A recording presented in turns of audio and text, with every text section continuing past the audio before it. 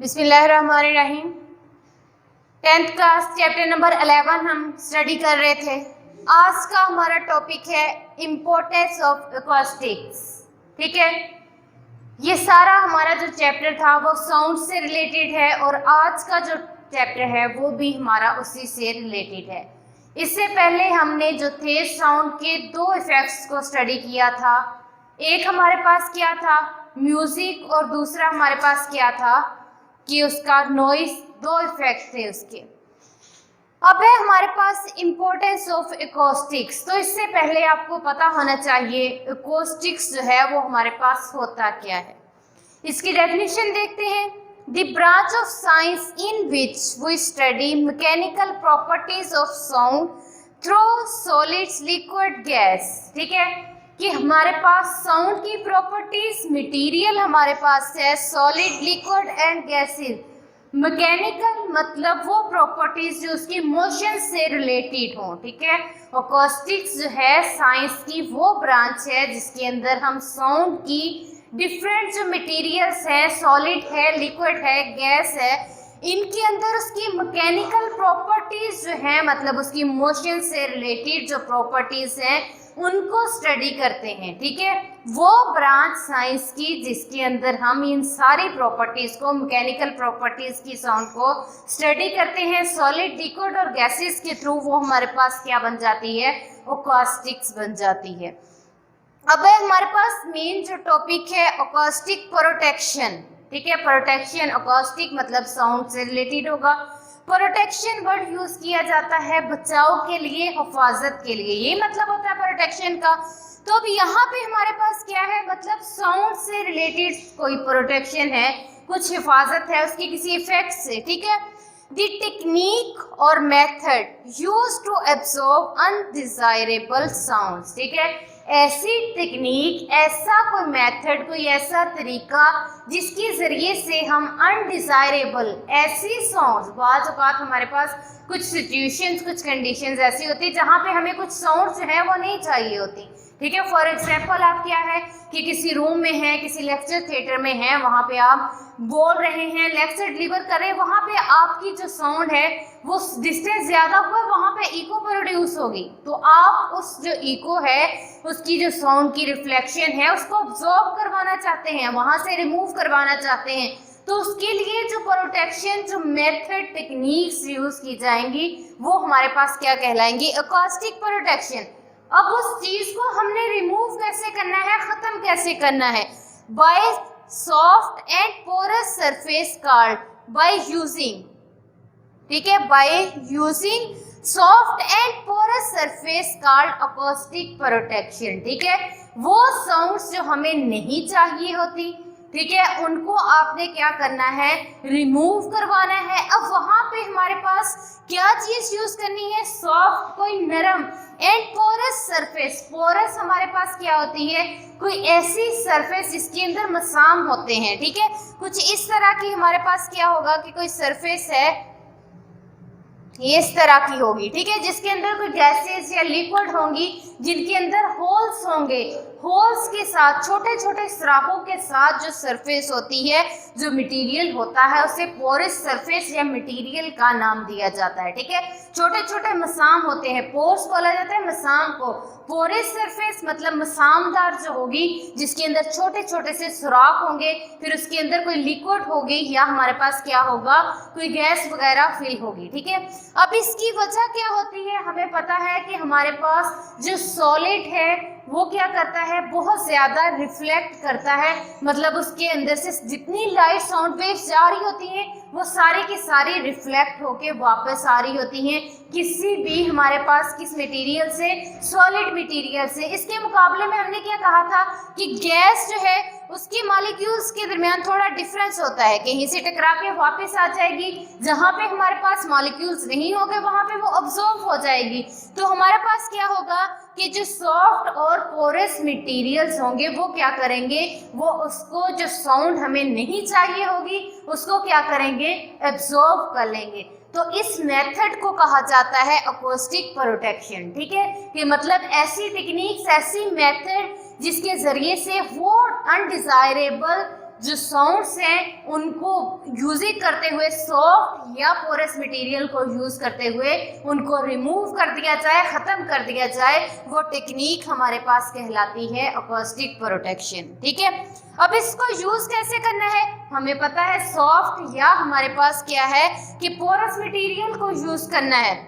उसके अंदर क्या आ जाता है, ड्रेपरीज, मतलब जो पर्दे वगैरह हैं आपके यूज किए जाते हैं घरों के अंदर, मतलब कोई रूम है, कोई आपका लेक्चर थिएटर है या फिर वैसे ही किसी हॉल में है, वहां पे आप जो अनडिजायरेबल साउंड है उसको खत्म करना चाहते हैं तो वहां पे आप सॉफ्ट कर्टन्स वगैरह यूज कर सकते हैं, पर्दे या इस तरह का दीवारों पे कोई मटेरियल जो है विंडोज पे वो यूज कर सकते हैं। उससे क्या होगा कि आपकी विंडो थी, पहले वो क्या था, ग्लास की या किसी भी मटेरियल की बनी हुई थी, वो सॉलिड मटेरियल था, उससे सारे की सारी साउंड जो थी वो रिफ्लेक्ट होके वापस आ रही थी। ठीक है, तो हमने क्या किया, उसके आगे जो था वो कोई कर्टन, पर्दे वगैरह यूज कर ले, ड्रेपरीज यूज कर ली, तो वो क्या होगा, सॉफ्ट था। ठीक है, वो मटेरियल जो साउंड हमारी जा रही है उसको क्या करेगा, अब्सॉर्ब करेगा। या फिर वहां पे हमने क्या यूज करेंगे, रग्स, मतलब क्लीन या दरी वगैरह उसके नीचे फर्श पे यूज करेंगे। फर्श है, सॉलिड है हमारे पास, वो क्या कर रहा है, साउंड को रिफ्लेक्ट कर रहा है। हम क्या करेंगे कि वो अनडिजायर्ड साउंड को हम रिमूव करना चाहते हैं, वहां पे ये हमारे पास मटेरियल यूज करेंगे।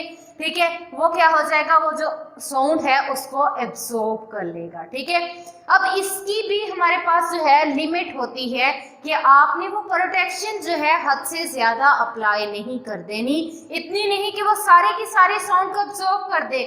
ठीक है, वहां पे बैठे हुए जो लेक्चर थिएटर है या आप किसी हॉल में है, बहुत बड़े हॉल में ऑडियंस बैठे हुए हैं आपके, ठीक है, सुन रहे हैं आपको, लिसनर्स हैं, वहां पे आप बोल रहे हैं, वहां पे आपने बहुत ज्यादा अकॉस्टिक प्रोटेक्शन अप्लाई की हुई है, तो ऐसा ना हो कि जो लास्ट वाले सीटर्स हैं उन तक आपकी आवाज ही ना पहुंच पाए। ठीक है, तो आपने वो क्या करना है कि उसको यूज करना है इको से बचाने के लिए, मतलब आपकी साउंड रिफ्लेक्ट होकर वापस ना आए।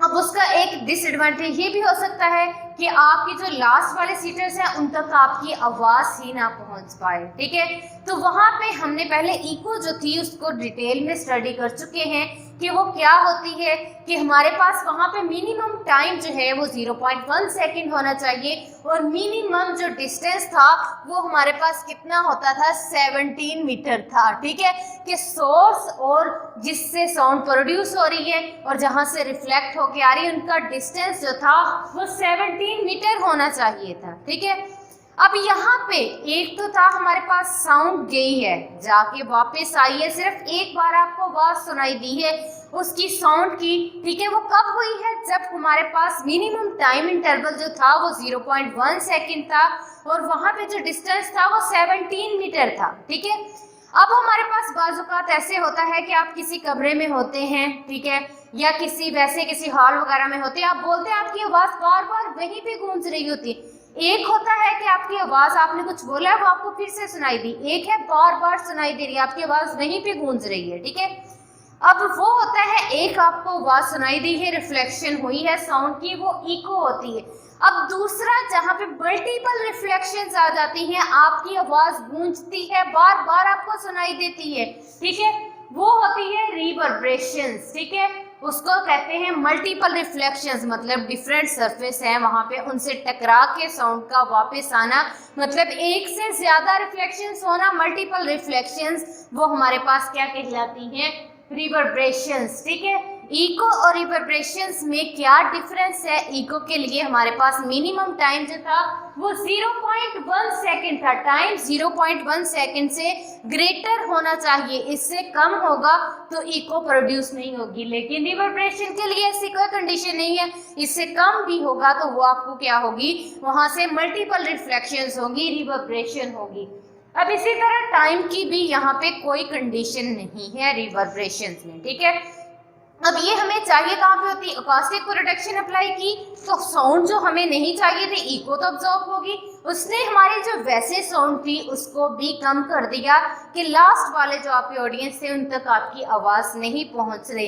अब हमने उसको बैलेंस करना है रिवर्बरेशन के थ्रू। ठीक है, वो किस तरह से करेंगे, balance between reverberation and acoustic protection, इनके दरमियान while using curved ceiling of a conference hall या फिर दूसरा तरीका है कर्व साउंड ऑफ बोर्ड। अब हमने तो जो आवाज है अपनी साउंड है वो लास्ट वाले ऑडियंस तक, जो लास्ट सीटर्स हैं उन तक भी पहुंचानी है। तो उसके लिए हमारे पास कोई ना कोई मेथड ऐसा होना चाहिए कि हम अकॉस्टिक प्रोटेक्शन को बैलेंस कर दें उस मेथड के जरिए से, ताकि हम जो अनडिजायरेबल साउंड है वो भी हमारी खत्म हो जाए और हमारी आवाज जो है वो लास्ट सीटर्स तक भी पहुंच जाए, लास्ट ऑडियंस तक भी वो पहुंच जाए। तो इसके लिए हम रिवर्बरेशंस का जो है वो यूज करेंगे। अब होता क्या है कि हमारे पास जो कॉन्फ्रेंस हॉल हैं, लेक्चर थिएटर्स हैं, उनके अंदर क्या किया जाता है, या सिनेमा हॉल्स हैं, उनकी जो हमारे पास ये वाली जो सरफेस है उसकी सीलिंग जो है उसको कर्व कर दिया जाता है। आपको पता है कर्व सरफेस ज्यादा रिफ्लेक्ट करती है, कोई भी लाइट रेज है, साउंड वेव्स हैं, उनको ज्यादा रिफ्लेक्ट करती है। ठीक है, वो क्या करेगी, उसकी ज्यादा आवाज जो है वो सुनाई देगी। अब यहाँ पे हम क्या करेंगे कि हमारे पास इसकी सरफेस को कर्व कर देंगे तो साउंड्स टकरा के वापस आएंगी, तो वो आवाज उसके डिफरेंट कॉर्नर्स तक, डिफरेंट पॉइंट से जाके टकरा के वापस आएगी। मतलब वहां पे बैठे हर हॉल के हर ऑडियंस तक आपकी आवाज जो है वो पहुंच जाएगी। एक तो ये तरीका है कि उसको आवाज को अपनी हर बंदे तक पहुंचाने का, हर ऑडियंस तक पहुंचाने का। ठीक है, दूसरा है कि हमारे पास साउंड बोर्ड भी यूज किए जाते हैं। वो सोर्स जो है जहाँ से साउंड प्रोड्यूस हो रही है उसकी बैक साइड पे जो है आप साउंड बोर्ड भी यूज कर सकते हैं। वो क्या करेगा, वो भी जो साउंड वेव उससे आकर टकरा रही हैं उनको डिफरेंट पॉइंट से रिफ्लेक्ट कर देगा। मतलब मल्टीपल रिफ्लेक्शंस होंगी, डिफरेंट पॉइंट पे जाके वो आवाज आपको सुनाई देगी। मतलब हर ऑडियंस तक वो आपकी आवाज जो है वो पहुंच जाएगी। ठीक है, ये थे हमारे पास कि किस तरह से हमने अकॉस्टिक प्रोटेक्शन को बैलेंस कर देना है रिवर्बरेशन से, कि हमारे पास साउंड जो अनडिजायरेबल है वो भी अब्सॉर्ब हो जाए और आपकी जो आवाज है वो लास्ट ऑडियंस तक भी पहुंच जाए। मतलब उस कॉन्फ्रेंस हॉल में या लेक्चर थिएटर के अंदर बैठे हर बंदे तक आपकी आवाज सुनाई दे। ऐसा ना हो कि आपने अकॉस्टिक प्रोटेक्शन तो अप्लाई कर दी, फर्स्ट वाले जो बैठे हुए उन तक आपकी आवाज जाए, जो लास्ट सीटर्स हैं वो आपकी आवाज ना सुन पाए। तो उसके लिए इन दोनों का बैलेंस होना जरूरी है। वो बैलेंस किस तरह से करेंगे, कर्व सीलिंग्स यूज करते हुए या फिर